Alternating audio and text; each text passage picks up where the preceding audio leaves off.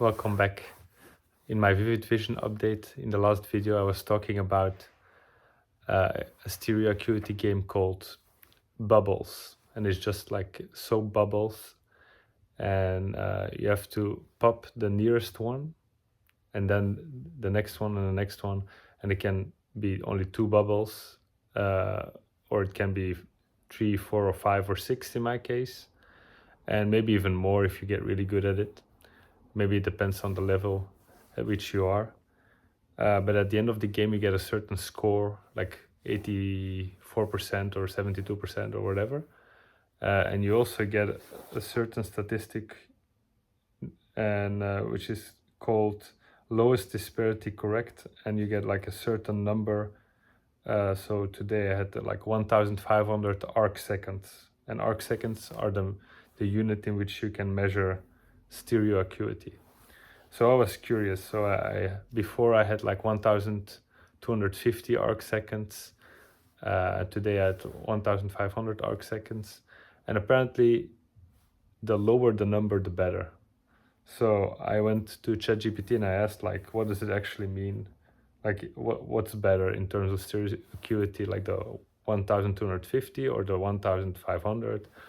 And so I learned the lower is better. And then he also offered to make a certain kind of scale to know what each number means. And so actually 1,250 or 1,500 are both in the same kind of category, and it's poor but measurable stereoacuity.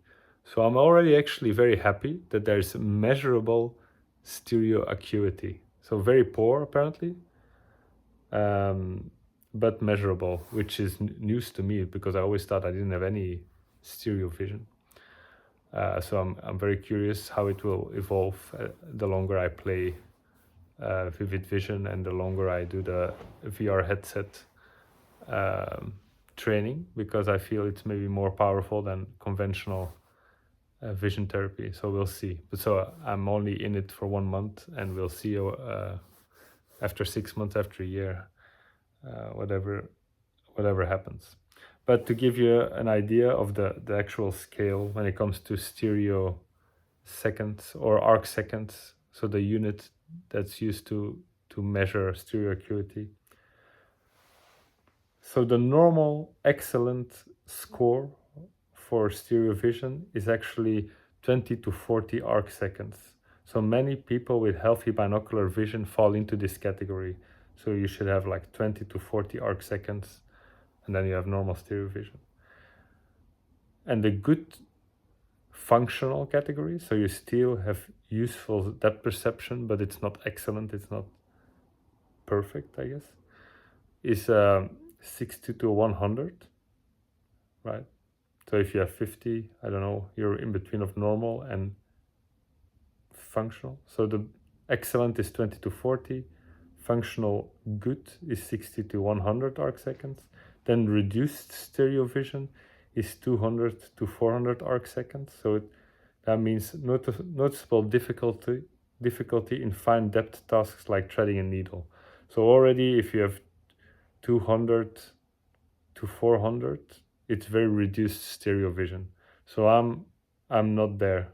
I'm in the poor category. And the poor category is 800 to 3,000 arc seconds. So if I have 1,250 arc seconds on a given day, I'm kind of closer to the 800 as compared to the 3,000 arc seconds. So that's not bad. And so it's described as limited stereo vision may only help with very large depth differences, like depth cues, I guess, in the imaging. And then if you have more than 3,000 arc seconds, there is no measurable stereoacuity detected. So I have very poor stereoacuity, but I have something, and which is great for me, because I thought I was just stereo blind entirely. So I will be very, very curious to see what happens. But so to me, this is good news. And I'm happy I looked it up on ChatGPT. So it's very informative and it's fun. So I hope you learned something about stereoacuity and arc seconds, and maybe you can get measured yourself, or you already know your measurement. Thank you for watching, and see you in the next video. Bye bye.